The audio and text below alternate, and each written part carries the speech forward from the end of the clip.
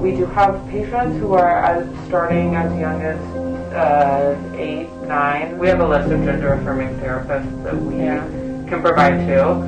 Pediatric trans care definitely exists. They said it was transition or suicide.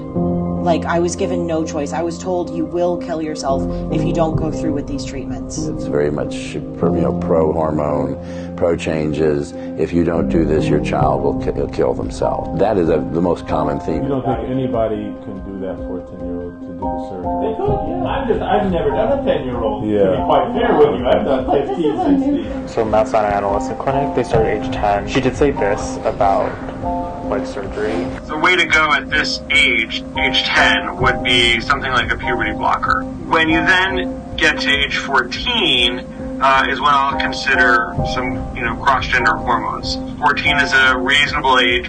Most kids are mature enough to make a relatively informed decision. Anyone who says that you can change your sex is lying to you. You will be chasing constant drugs and surgeries for the rest of your life. 10 years old come in by themselves. 10, 11, yes.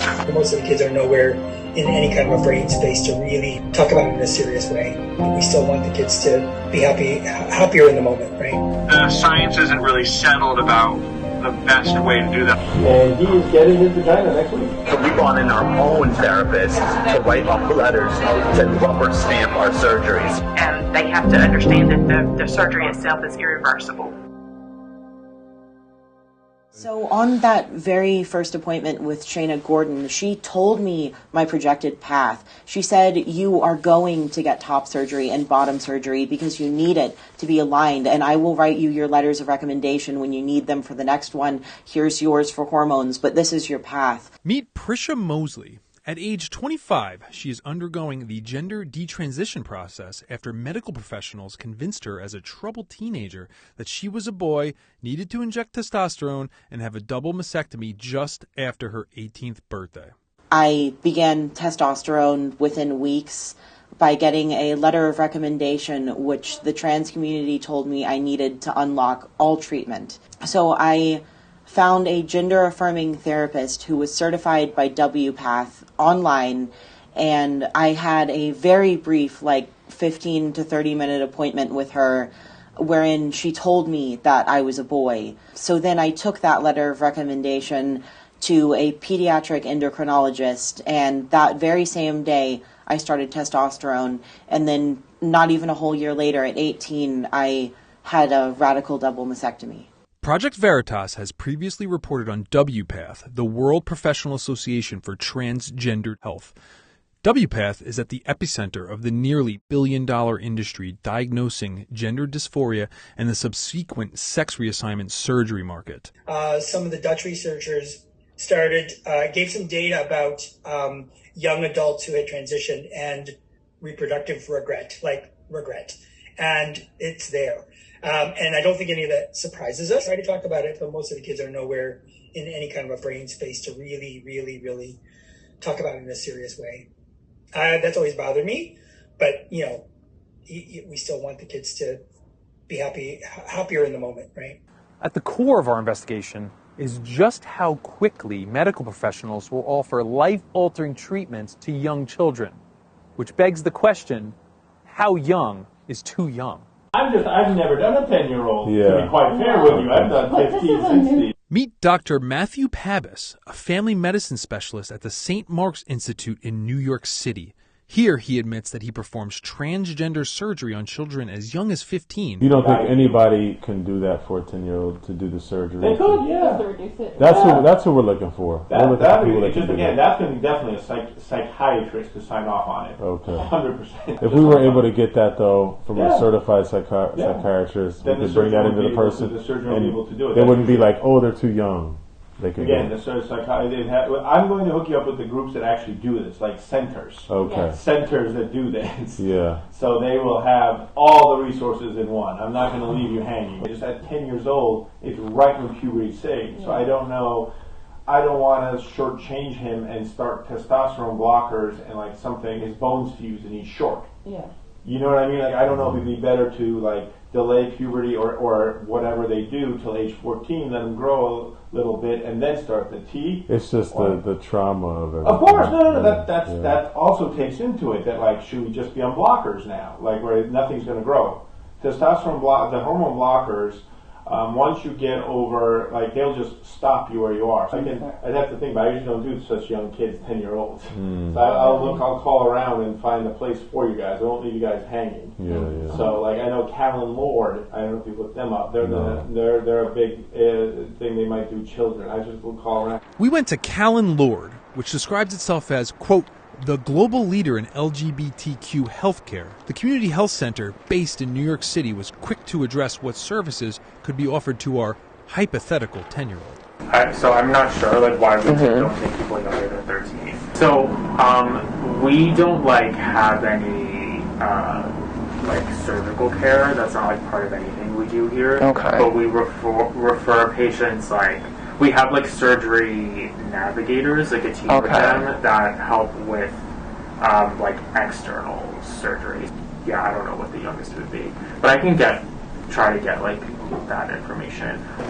So I spoke to her, and so she said the only reason that we cut off at 13 is because we're a teen adolescent program. That's literally the reason that we don't do pediatric care. Okay.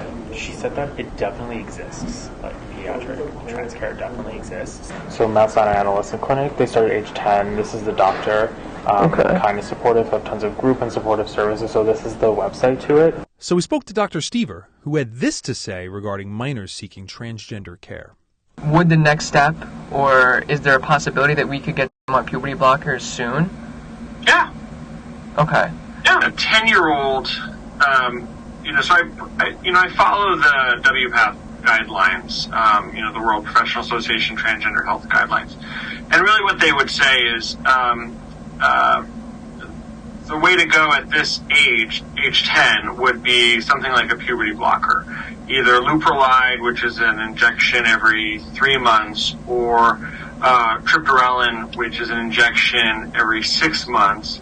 And that really stops puberty pretty quickly so that no further development of the secondary sexual characteristics happen. So things like there's no real chest development, there's no menstruation, things like that. And it's a safe medicine to use for up to 3-4 years or so.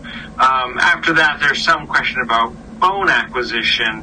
When you then get to age 14, is when I'll consider some, cross-gender hormones. 14 is a reasonable age. Most kids are mature enough to make a relatively informed decision.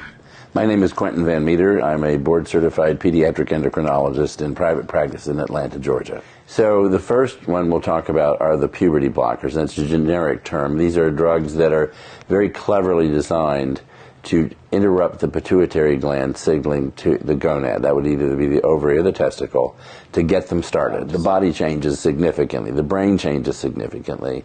The organs, the ovaries and testicles, change significantly. And if you interrupt that in the middle of what is supposed to be true puberty, you're taking away something that is necessary and truly physiologic in that child. We don't know if that can be recovered if it's blocked in the middle of adolescence. There are no studies to show that is safe. The science isn't really settled about the best way to do that. I have plenty of people who will stay on the puberty blocker and add in testosterone to give them the puberty that they are seeking, and that also helps really ensure that the puberty that they are not seeking, chest development and stuff like that, doesn't happen. Puberty is not a disease. It's not something that you want to get rid of. You need it to move from a pre-reproductive state to a reproductive state. And without it, you can't get there. Cross-gender hormones, testosterone in this case, do have some permanent effects, and so I need the patient to be mature enough to make a relatively informed decision. I get it that there are some 14-year-olds that are not, mature, but generally speaking, they usually are pretty good. Once we obtained this footage at multiple sites in New York, we decided to investigate further by scheduling appointments at clinics all over the country. We visited nearly 50 different clinics across 8 states. Listen to what Nora Scott, A licensed social worker at Dell Children Medical Center in Austin, Texas, tells our undercover journalists. We do have patients who are starting as young as 8, 9. So we do have folks on the younger side. So we take a few different types of patients, and there is not a wait list currently for our gender patients.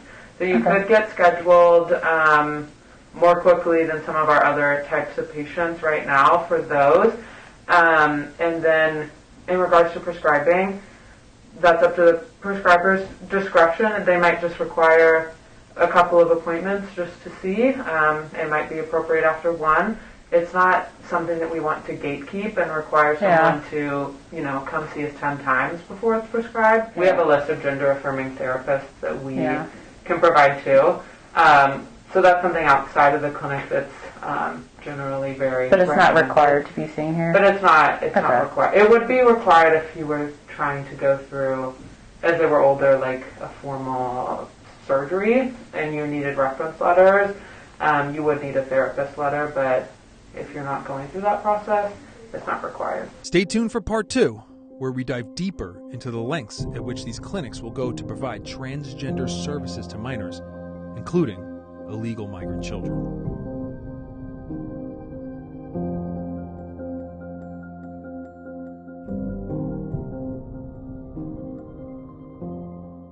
The youngest we've seen come here that they are trans has been 8, 9. We deal with patients that come in at 10. They come here by themselves. We had a 14, 15-year-old who was still undocumented. Has she been able to start hormone She just started, she started hormones as well. And we do not provide the authorities any of our records. We don't care if you see a licensed therapist or not. We don't require that at all. So we brought in our own therapist to write up letters to rubber stamp our surgeries. As long as I know that even though he's not here legally, he's able to be seen. Mm-hmm. Yeah. Anyone who says that you can change your sex is lying to you. You will be chasing constant drugs and surgeries for the rest of your life. 10 years old come in by themselves? 10, 11, yes. But there is funding to help people like him, even though he's not here legally. Yeah, I've seen patients that have came here from another country, and they come back and I see them and they don't even have to pay nothing out of pocket. And he is getting his vagina next week. And they have to understand that the surgery itself is irreversible. This Project Veritas investigation exposes a booming business of transgender surgeries, hormones, and puberty blockers for underage children, on its way to being a $1 billion a year industry. At New York's Mount Sinai Adolescent Health Center, hospital staff told us they need young patients. We only deal with the patients. We are hands-on with all our patients, adolescents. We deal with patients that come in at 10. They come here by themselves. So we need the patients. 10 years old come in by themselves? 10, 11, yes. All over. Here we are at the Proud Center in Somerville, New Jersey. That's Ashley Isaiah Harris, a health coordinator discussing treatments for our hypothetical 10-year-old child. So the youngest we've seen come here that's known that they are trans has been 8, 9. During a series of appointments with multiple Project Veritas journalists, we also asked about services for undocumented children who had no papers, parents, or insurance. Undocumented we've never had to deal with before. Oh, okay. But we know that there's resources out there. But that's not what his colleague Daniel Fernandez told us in an earlier meeting in the same office. We had a 14, 15-year-old who was still undocumented, no insurance, came over the border, young trans girl, really seeking out not just resources, but family and support. She comes to our support group all the time, and she's just blossomed from the first time we saw her to now. She has her hair long, and just through her gender expression, she's felt more comfortable going shopping because she is able to connect with other people in the group, and they act as mentors for her. Has she been able to start hormone She just started, she started hormones as well. She's so how's she reacting to that? I just does it make her emotions a little bit? Does she go through down times, up times? How does that? No, that's a great question, and it really is different for each person. I've heard that, for example, with this individual studying estrogen can be a little bit emotional because having a lot of estrogen supposedly does that versus testosterone, you'll have different effects. So, we went to meet Perry Farhat, who oversees the Proud Center, to learn more about the accessibility of trans treatments and surgeries for underage and undocumented migrants. I'm the director of the Babs Persine Proud Center, and that is our outpatient clinic. So we're actually, the way they look at us is we're one hospital, two campuses. But we are one hospital. Like, I get paid from the New Brunswick. We're just in separate campuses. Has been able to receive any sort of financial assistance from whether it's the state government of New Jersey or the federal government? The state government, Phil Murphy, and even Chris Christie have been very supportive financially. The state has not given us anything, but they've recognized us multiple times, which really helps us with our foundation building. What about if the patient needs a specific demographic? Like if they are, a minor, or if they are undocumented, or something like that? So, documented or undocumented, we do not turn anybody away. You don't turn anybody? Oh, hell no. No. I would not work for an organization like that. No. I'm also the diversity and inclusion director for the entire hospital. The front desk, all 300 of the registration people have been told and are aware, if you don't have a license, you will trust the person and put their name into the system. And that's what they've been doing. We hire so many people and we don't look at documentation a lot. We don't ask about whether they're documented or not. I don't want to scare any of our patients away. Like, what if there's an 11-year-old transgender child who walked into the Proud Center and they're talking about they're going to kill themselves because their support at home is non-existent. Yeah. Their parents don't want anything to do with them or offer them anything. That's a lot of our patients. So there's two types of consents. A consent form in order to get surgery, and then there's the no consent. Proud in Somerset, the one that I'm originally over, it's a no consent. So you don't need consent to see our doctors from a licensed therapist. We don't care if you see a licensed therapist or not, because a therapist doesn't know what right does she have to tell you that you need consent to come to us? We don't require that at all. So we brought in our own therapist to write our letters to rubber stamp our surgeries. So if an 11-year-old comes in, if an 11-year-old comes in, they can't come into the Proud Center in Somerset because our doctors are not licensed to see kids under 18. There's only one doctor that's licensed to see somebody under 18, and that is Dr. Marshall. The Gender Center in New Brunswick, we have one doctor that's able to see kids. Just one, because like I said, they don't grow on trees. Do not check whether you're documented or not. You come right in. You don't need a license. You don't need anything. Whether you're transgender, straight, gay, doesn't matter. We do not look at that at all, and we do not provide the authorities any of our records. Meanwhile, in Houston, Texas, at the Legacy Community Health Center, our journalist was offered 2 sets of consent forms for undocumented children. I can give you this little form right here. Basically, it's because since he's a minor, you said he has a sponsorship. The sponsorship has to sign this form right here. Basically, it will give you access so that you can bring them to the appointments and stuff like that. So as long as they sign the sheet, nothing really. If they sign the sheet, I can just come with that sheet and get it done. Mm-hmm. Also this one, but this one's for 18 years or older. No, he's 13. Yeah, so you will this one. Basically, they will have to fill this out, and they will have to put your name here. Okay. And the relation to the child, you can be like a friend or something like that. Yeah. But there is funding to help people like him, even though he's not here legally. Yeah, I've seen patients that have came here from like another country. Sometimes they don't have like the full sufficient funds or anything like that. and so they do eligibility. I can, hey, tell them the truth, like, you're not working, you don't have anything, you're new to this country, and sometimes they do help them, and they come back and I see them, and they don't even have to pay nothing out of pocket. But as long as I know that even though he's not here legally, he's able to be seen. Mm-hmm. Yeah.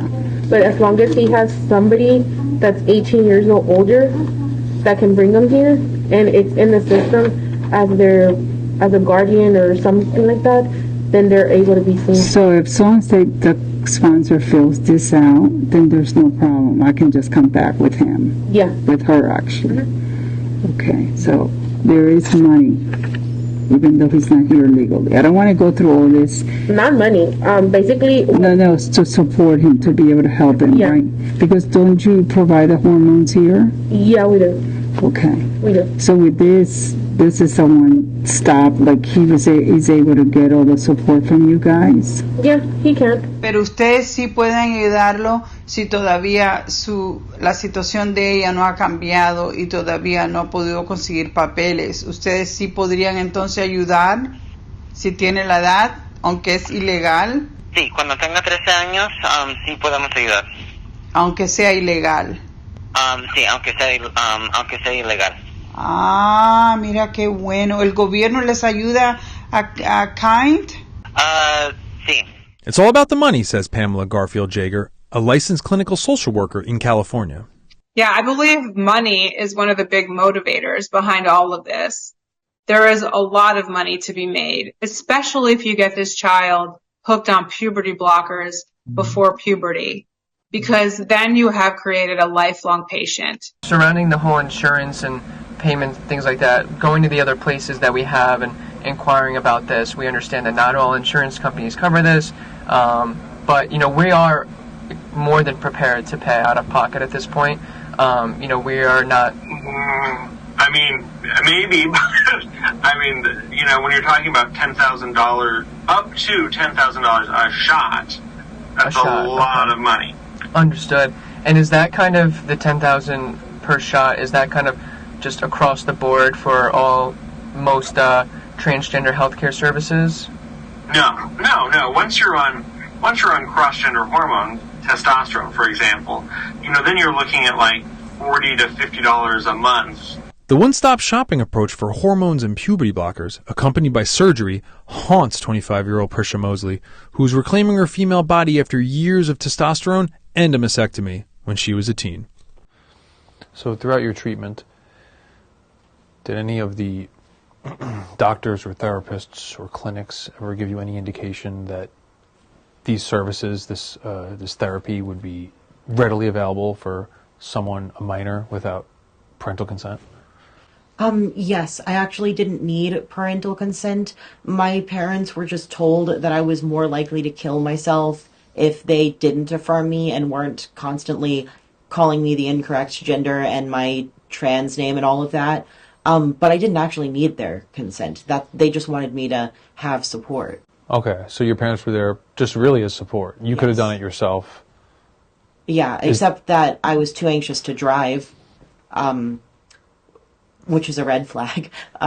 So but I could have had a friend drive me. Anyone who says that you can change your sex is lying to you. It will never happen. You will be chasing constant drugs and surgeries for the rest of your life, attempting this fallacy, but it will never happen. All that will happen is you will be the same person with the same problems in a now mutilated body.